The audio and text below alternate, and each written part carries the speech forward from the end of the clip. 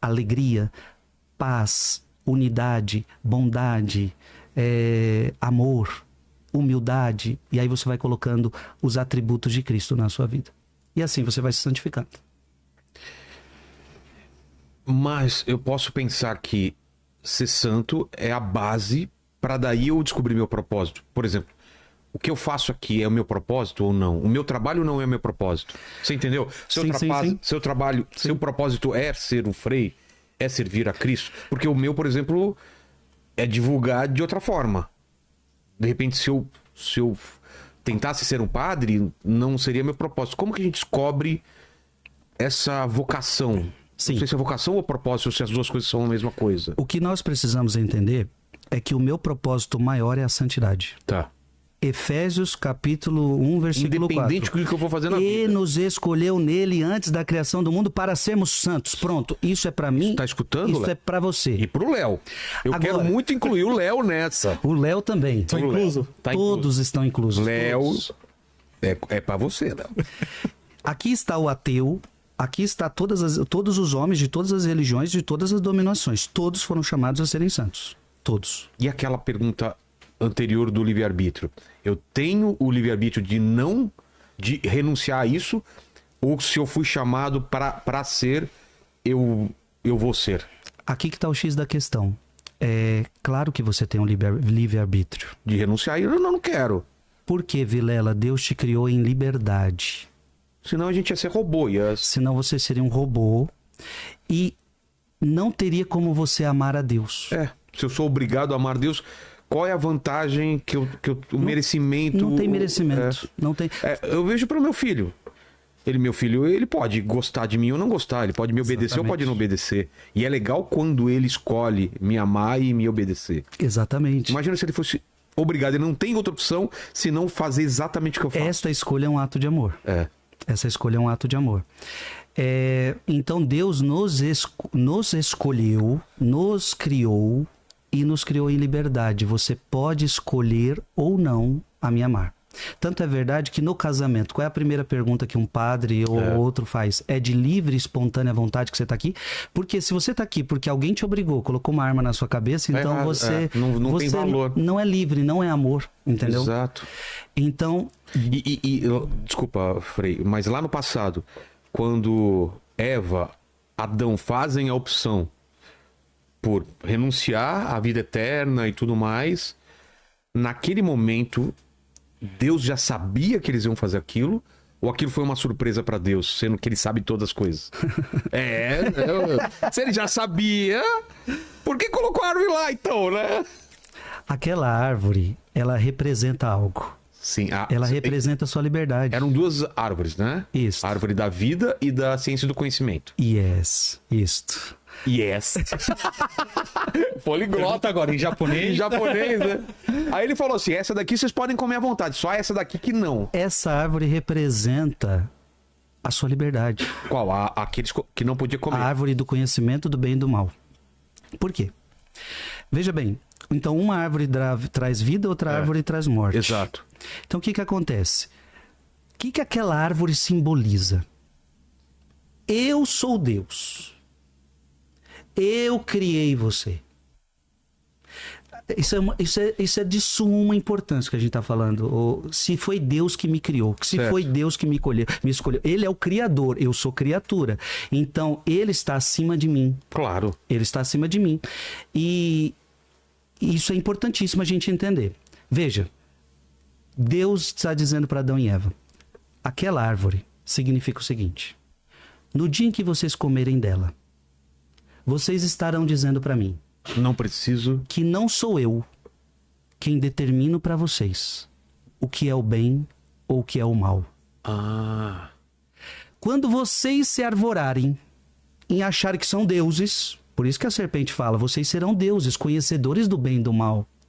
Então, ou seja, vocês não precisam de Deus dizendo a vocês o que é certo e o que é errado. Vocês tomam conta da vida de vocês. Vocês definem o que é certo e o que é errado. Ora, mas você é criatura. Você não tem o poder de discernir o que é certo e o que é errado. É Deus. É Deus quem criou tudo. É Deus quem formou tudo que tem que dizer o que é certo e o que é errado. No dia que vocês comerem, vocês estarão me dizendo que é vocês que decidem o que é certo e o que é errado. E, portanto, vocês se tornarão deuses de vocês mesmos.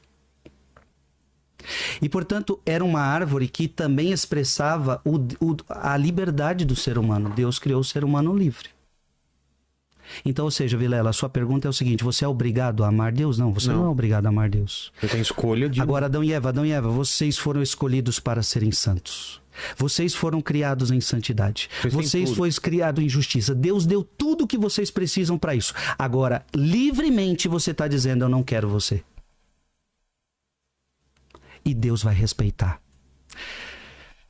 Abra sua Bíblia, Vilela, porque essa... Mas antes, assim, a partir do momento que eles fazem essa escolha e tornam-se mortais e todo o resto a gente conhece até hoje, tá na Bíblia também que já tinha o plano para a redenção a partir disso. Sim.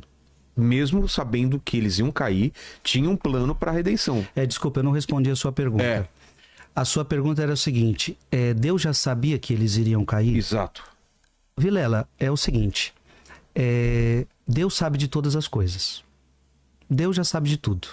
Ele é onisciente, onipresente, onipotente. Ele não é preso ao tempo. Agora, se eu digo que Deus sabe, eu não estou dizendo que Deus determina.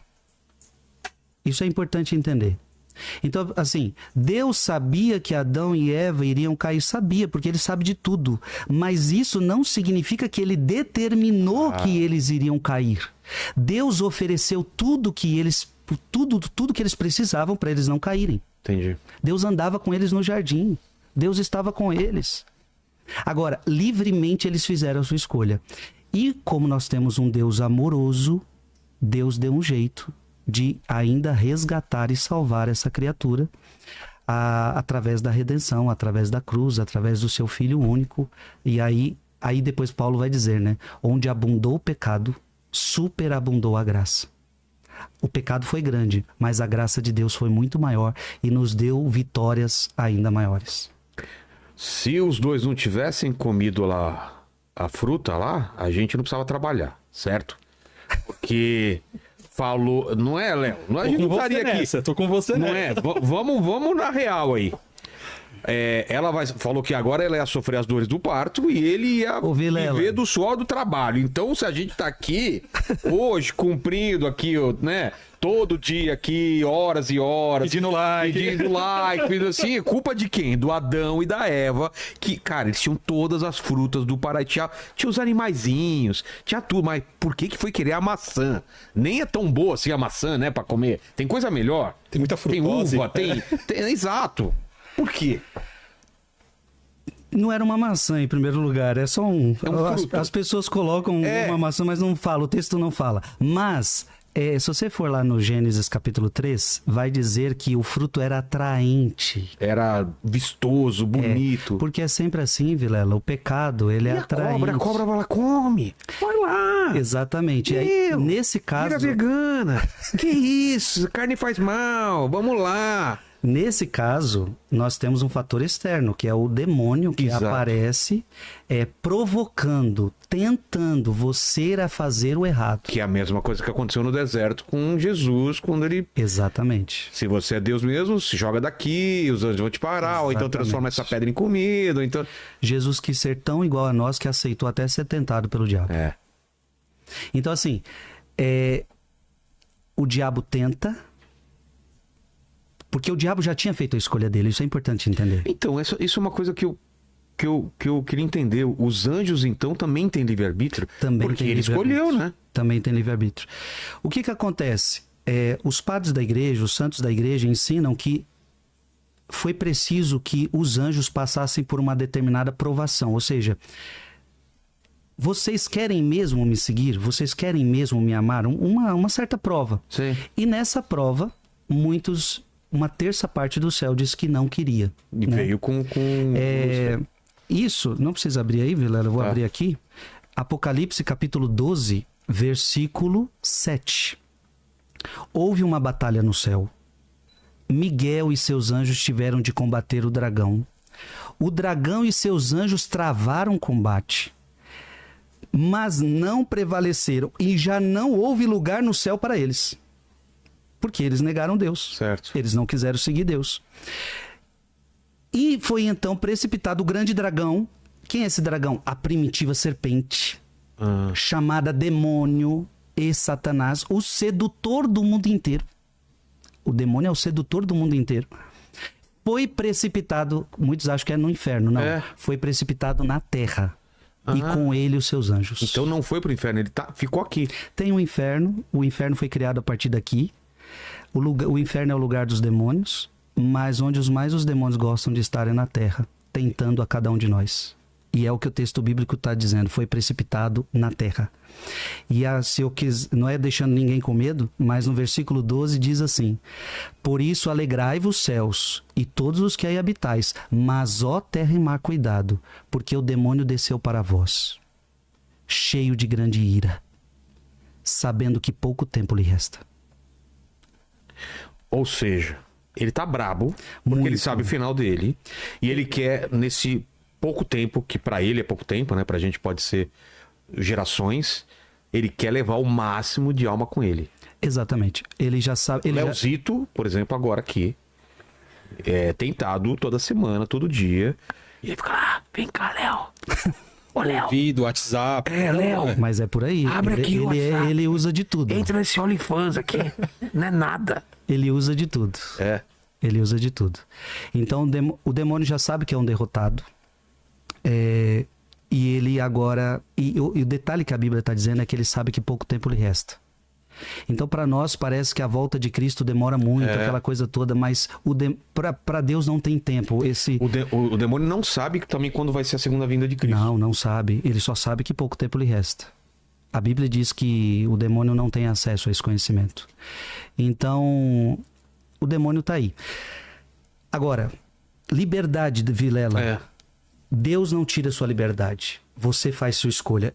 Naquela hora que eu pedi da Bíblia, eu ia abrir para você Apocalipse 3, versículo 20. Putz, Apocalipse é o que eu mais li na minha vida foi Apocalipse. Eu fico assustado com as coisas lá. Esse versículo vai falar para você da liberdade que Deus respeita. Apocalipse 3,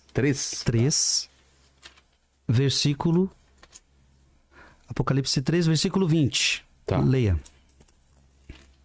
Apocalipse 3, versículo 20. Aqui é Deus respeitando a sua liberdade. Caso nossa consciência nos censure... Não, eu creio que você está errado aí. Tá no tô em João. Ah, você está em João. Lê pra mim, Frei, até eu achar. Não, vai. Página 1559. Sim. 1559. Isso, tá. 3:20. Vamos lá. Eis, é esse, né? Isso. Eis que estou à porta e bato. Se alguém ouvir a minha voz e me abrir a porta, entrarei em sua casa e cearemos, eu com ele e ele comigo. Isso aqui é Jesus falando. Então, eis que estou à porta e bato. Eu bato na sua porta, Vilela, mas respeito a sua liberdade, se você quer ou não abrir a porta para mim. Sabe quem é assim também? Vampiro. Vampiro só entra na sua casa se for convidado. Então, sim, se alguém aí, algum vampiro bater na sua porta, não deixa entrar.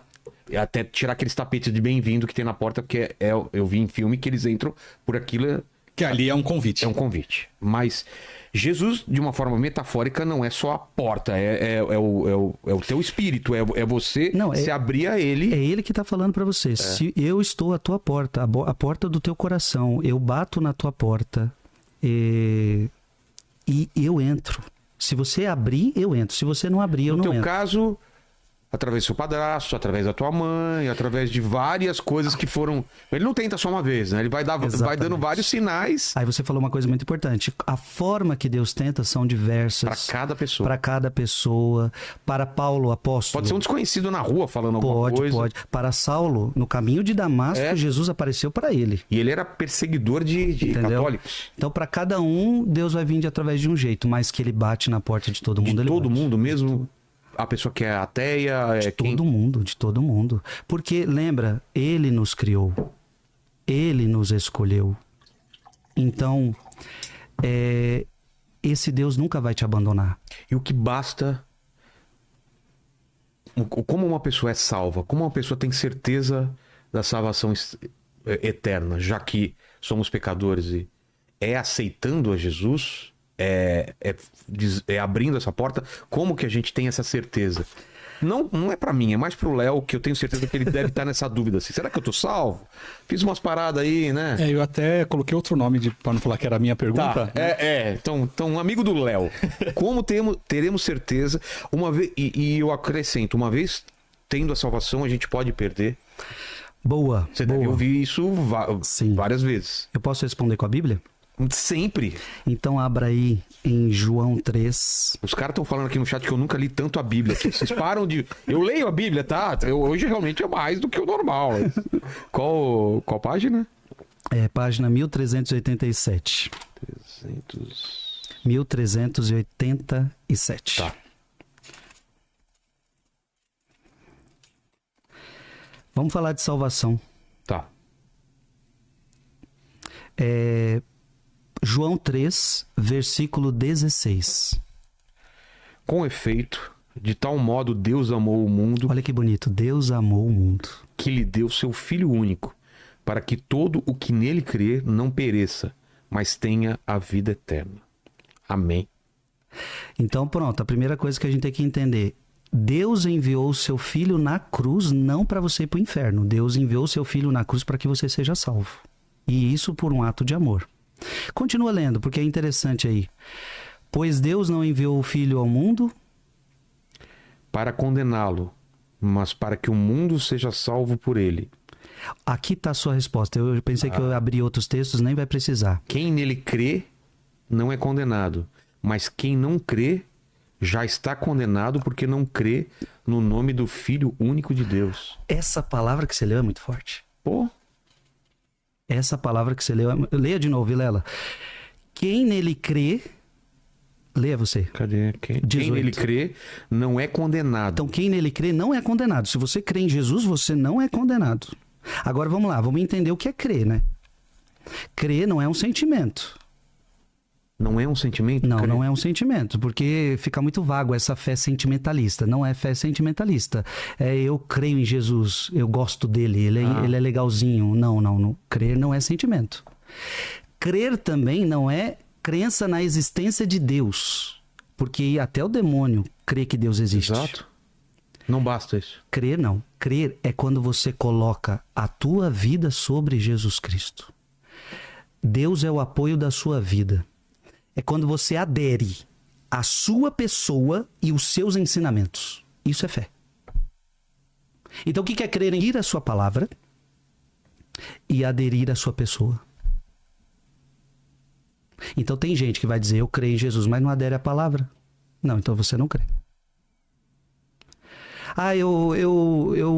Eu creio em Jesus, mas creio em outras coisas. É interessante, ô Vilela.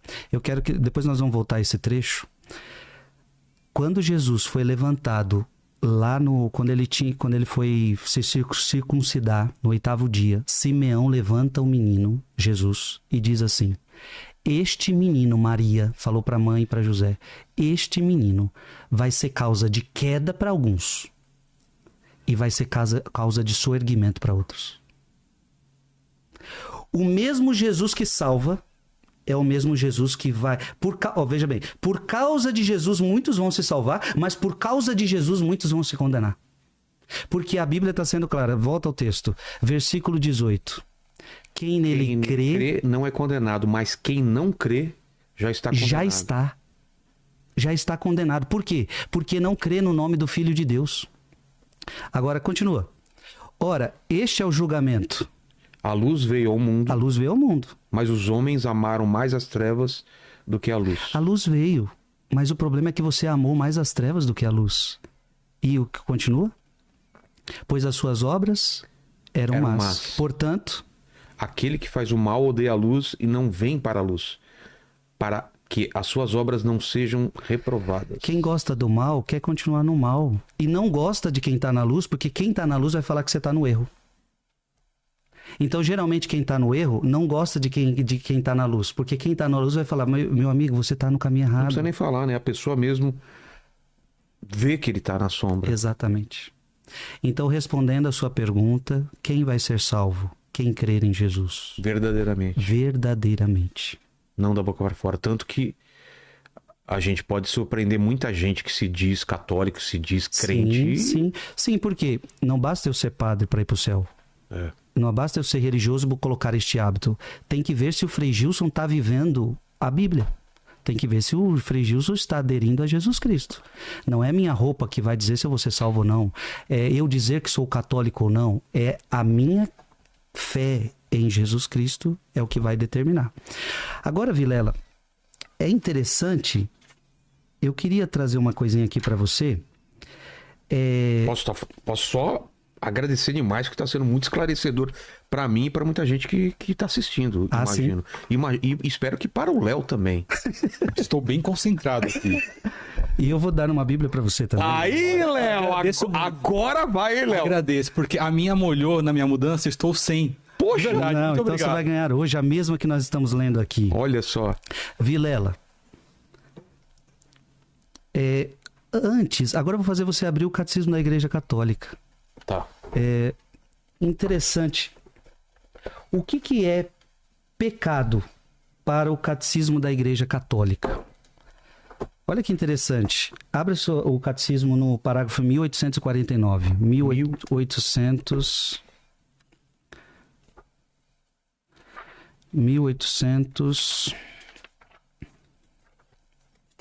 Tá. A definição do pecado. Porque é o pecado que pode te tirar do céu, entendeu? Que pode fazer você perder a salvação. Então é por isso que eu quero trazer para o pessoal de casa o que é pecado. Para a gente saber o que é pecado. Lê você. O pecado é uma falta contra a razão, a verdade, a consciência reta. Olha que interessante. O pecado é uma falta contra a razão. Não é racional. Vai contra aquilo que Deus colocou. Por exemplo, é pecado matar? Sim, é pecado matar, mas isso é racional, Sim, né? É racional. claro. Você, racionalmente, você não precisaria de fé para entender que você não pode matar o outro. Você nunca precisa ensinar para o seu filho que ele não pode matar e ele saberá que ele não pode matar. É racional. Quando você diz mate, isso é irracional. Isso não faz parte da minha natureza acabar com o que é semelhante a mim. Então é uma falta contra a razão. A verdade. Contra a verdade. Isso é importante, Vilela. Ou seja, tudo tem uma verdade. E a santidade é respeitar a verdade das coisas. O pecado é uma mentira que o diabo coloca. Por exemplo, o diabo falou para Adão e Eva: no dia que vocês comerem, vocês serão deuses. Mentira. É um atentado contra a verdade, entendeu? A verdade é que você é criatura. Você nunca vai ser Deus. Depois... Falaram pra gente, vota no outro candidato aí do Corinthians, que agora o Corinthians vai voltar a ser campeão, a farra acabou. O que aconteceu, Léo? Tamo na mesma. Caiu, né? Caiu não vamos cair não. Então ele fala, a razão, a verdade, a consciência reta. Isso. É uma falta ao amor verdadeiro para com Deus e para com o próximo, por causa de um apego perverso a certos bens. Fere a natureza do homem e ofende a solidariedade humana. O pecado foi definido como uma palavra, um ato ou um desejo contrários à lei eterna. O que é essa lei eterna? Lei eterna é essa lei universal. Os 10 mandamentos representam bem essa lei eterna. O que é certo, o que é errado. O que é certo, o que é errado, o que está imprimido em cada ser humano. Não está só nas leis de Moisés, está no seu coração. Meu DNA. No seu DNA, você tem essa lei universal. A gente, na verdade, sabe o que é certo, exatamente. O que é errado. Então, Vilela, o pecado é uma afronta a Deus. O pecado é aquilo que pode te tirar da salvação. Então, veja, você é livre para pecar ou não. O diabo pode te tentar, mas ele não pode te obrigar a pecar. Ele não peca por mim. Não, ele não peca por você. Então, o pecado é algo que ofende a Cristo, ofende a lei eterna. É algo que ofende a Deus, ofende você e ofende o próximo. Então, eu gostaria muito que as pessoas entendessem, porque nessa hora, muita gente enxerga a igreja como uma moralista. Vilela, quando você, Vilela, fala para o seu filho, não pegue isto, não faça isso, isso é um ato de amor, ou sim ou não? Claro que é. Então, quando Deus diz, não faça isso, é um ato de amor. Então, toda vez que você ouvir a palavra pecado, a Bíblia dizendo que algo é pecado, é um ato de amor para com você. Você cometer aquele pecado te fará mal. Fará mal para você, fará mal para sua família, fará mal para as pessoas. Então, deixar de cometer o pecado é fazer a coisa certa, entendeu? Fazer algo bom. E eu fiz tudo isso só para que a gente entenda que o pecado, Vilela, é o que mais pode te tirar da salvação. Porque o que é o pecado? É quando você diz, eu não quero Jesus, eu não creio em Jesus, eu quero viver a minha vida e eu quero viver a minha vida do meu jeito. Abra a sua Bíblia agora. Agora vai começar uma lista pesada. Vocês estão preparados? Quem está sentado aí, quem não está em casa, senta. Quem não está sentado em casa, senta. Gálatas capítulo 5, página 1496. 1496.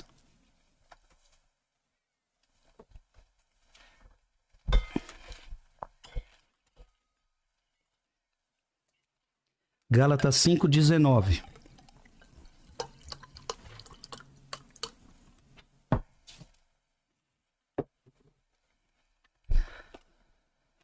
Porque a sua pergunta para mim foi o seguinte, 1496. Isto. A sua pergunta, Vilela, foi de extrema importância. Quem vai ser salvo, quem não vai ser salvo? Você já entendeu que vai ser salvo quem crê em Jesus. Quem não crê nele já está condenado. Mas o que é crer em Jesus? É viver na santidade. Lembra? Fomos criados para a santidade. Fomos criados para serem santos. O que é o contrário da santidade? É uma vida de pecado. É quando você se entrega à vida, devassa a vida de pecado. E a Bíblia agora vai começar a dizer para você o que te tira do céu. Então todo mundo devia olhar essa lista aqui e falar, opa, eu quero ir para o céu, tenho que parar de fazer isso aqui. Tá preparado? Vamos lá. Gálatas 5:19. Leia você. 19. Ora, as obras... Essa? Isso. Ora, as obras da carne não... Ora, as obras da carne são essas. As obras da carne são estas. Presta atenção aí, Léo. Agora o negócio fica brabo aqui, ó. Fornicação, Sexo fora do casamento. impureza, libertinagem, Posso fazer da minha vida o que eu quiser. Não tem lei, não tem norma. Eu faço da minha vida o que eu quero. idolatria, Outra coisa no lugar de Deus. superstição, Superstição. inimizades, brigas, ciúmes, ódio, ambição, discórdias, partidos, invejas, bebedeiras, Bebedeiras. orgias e outras coisas semelhantes. Tem gente que gabaritou aí, né? Tá difícil viver, hein, velho? Tá difícil. Dessas coisas vos previno, como já vos preveni, os que praticarem Os que praticarem não herdarão o reino de Deus. não herdarão o reino de Deus. E por que você não vai herdar o reino de Deus? Porque Cristo não tem nada a ver com a bebedeira. Cristo não tem nada a Mas, ver com a Frei, prostituição. Antes, a gente tava contigo antes no crer em Deus. Agora a coisa ficou mais complicada aqui. Porque isso é crer em Deus. Bebedeira? Isso é crer em De vez Deus. em quando, assim, Bebedeira não. Bebedeira. tomar um... Bebedeira, veja que é o excesso. Ah, tá. Bebedeira, veja que é o excesso. Mas tomar um vinhozinho... Se não chegar a bebedeira, a Bíblia não está falando... Bebedeira é você ficar bebaço. Bêbado. Bêbado. Exagerado. Exagero. Tá. Exagero. O que aconteceu aqui, ô Léo? Naquele programa que a gente ficou de cueca. Passou do exagero, então não é um exagero, Então né? você... Já deu a volta, né? É. Mas a gente tava sãos aí. Sim, tava vivo, né? Tava ouvindo. Bebedeira. Tá. Tá bom. Ou seja, Vilela, a Bíblia está dizendo algo muito claro para você. Você quer ir para o céu? Quer. Você quer herdar o reino dos céus? Tire estas coisas que não faz parte de mim, entendeu? E quando Deus te fala, por exemplo, você estava falando da bebedeira. Quando Deus fala, não se entrega à bebedeira, é para que você seja mais saudável, para que você seja mais feliz, para que você não tenha problema no seu casamento, para que você não tenha o problema de ficar aí passando vergonha na internet só de cueca. Você tá entendendo? Tô com freio agora. Agora, Léo, você não me ajudou, né, Léo? Vocês denunciaram, vocês falaram. Você tá com freio? Obrigado. Nessa hora ninguém fica comigo Vilela, nessa hora, né? Deus já estava te livrando disso. Coloca a imagem pro freio. Coloca a imagem pro freio. Deus já estava te livrando disso. Verdade, verdade. Quantos casos, quantas famílias, Vilela, são sendo destruídas, destruídas pela bebida alcoólica? A gente brinca aqui, mas graças a Deus eu nunca tive problema, não. Sim, sim, sim. É, porque eu sei da gravidade mesmo. Idolatria também as pessoas acham que é em relação só A idolatria pode ser o dinheiro, a idolatria pode ser a rede social, pode ser o Instagram. É tudo que você colocar no lugar de Deus. Hoje em dia tem muita coisa, né, que o pessoal idolatra que não existia antes, né? Abra sua Bíblia agora. Rapidão, Frei, só olha, agora My God. fecha. Fecha isso, fecha. Fecha, por favor. Deus estava livrando vocês disso. Exato. Agora eu queria que você abrisse em 1 Coríntios 6, porque a lista continua. Olha lá, mas nem a Bíblia ajuda a gente, ó. Coríntios toma de 6. Ela te ajuda tanto que ela está te dizendo a verdade. Onde? Que página que é? 1470. 1400. 1470. 1470. Tá. Vamos lá. Qual é o... 1 Coríntios 6, versículo de 9 a 10. Acaso não sabeis que os injustos não hão de possuir o reino de Deus? Olha, acaso não sabeis que os injustos não hão de possuir o reino de Deus? Aí Paulo vai falar, não vos enganeis, não se deixe enganar, não brinque com isso, porque não é você nem eu que vamos estar lá no dia do juízo, é Deus. Então não é a gente que vai dizer, esse se salva, esse não se salva. É Deus que determina e ele está deixando claro como um aviso para que você não se perca. E é preciso que as pessoas entendam, Vilela, que isso aqui é aviso. Isso aqui não é condenação. Você está perdido, esse tipo de gente está tudo no inferno. Não, a gente leu primeiro, ele morreu na cruz para que ninguém vá para o inferno. Você entendeu? Então, isso aqui é aviso. Eu tô te avisando, eu tô dando nome para você. Agora, você é livre para fazer suas escolhas. Porque o pecado sempre vai vir como atraente. Todas as coisas que a gente está vendo vêm como atraente. E o pecado sempre vem como que se fosse o melhor para nós. E essa é a grande mentira. Continuei. Não vos enganeis. Nem os impuros, nem os idólatras, nem os adúlteros, nem os efeminados, nem os devassos, nem os ladrões, nem os avarentos, nem os avarentos bêbados, é amantes do dinheiro, tá? Tá. Nem os bêbados, nem os difamadores, nem os assaltantes hão de possuir o reino de Deus. Tá claro ou não tá?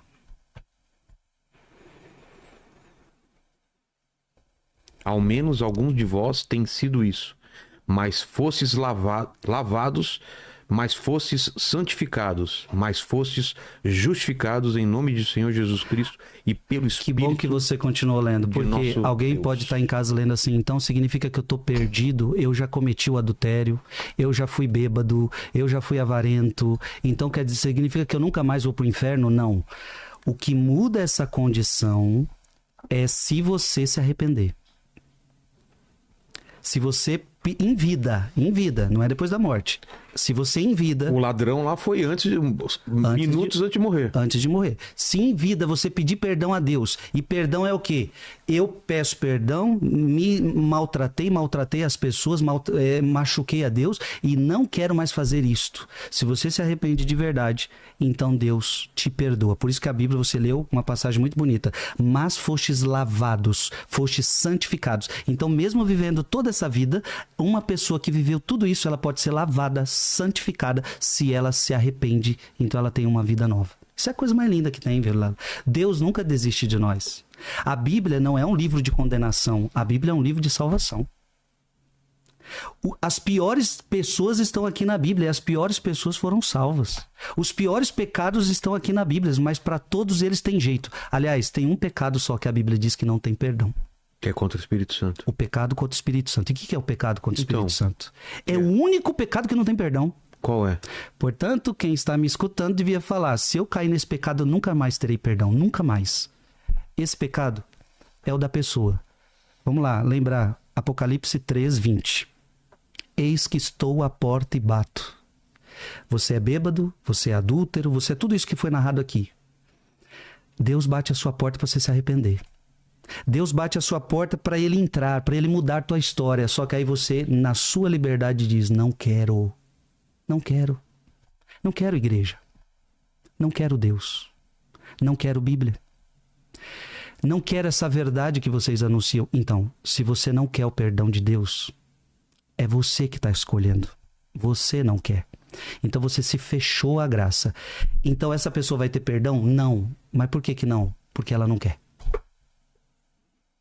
Deus não pode obrigar, Deus não vai passar pela sua liberdade, vai te perdoar à força. Não existe isso. Mas o pecado contra o Espírito Santo é isso? É isto. É uma pessoa que se fechou à graça de Deus. Esse é o único pecado que não tem perdão. A pessoa que não quer o perdão. A pessoa que não quer ir para o céu. A pessoa que não quer salvação. Você conheceu a verdade chegou até você, você está vendo a verdade, você reconhece que ele é Deus, você reconhece que essa palavra é de Deus, mas você diz, eu não quero isso, eu não quero essa verdade, eu não quero Jesus, eu não quero essa palavra, eu não quero. E aí Deus vai ter que respeitar você. E para essas pessoas vai existir o inferno, que é o lugar das pessoas que não quiseram a Deus. E o purgatório? O purgatório, para a Igreja Católica, é o local onde as pessoas já estão salvas. Elas só precisam se purificar, porque ninguém pode chegar a Deus com o mínimo pecado. Então ela vai precisar purificar-se para chegar à salvação. Só existem dois caminhos, Vilela: o céu ou o inferno. Purgatório é passagem. Então na sua vida você só tem esses dois caminhos. Coloca uma enquete aí, Léo, por favor.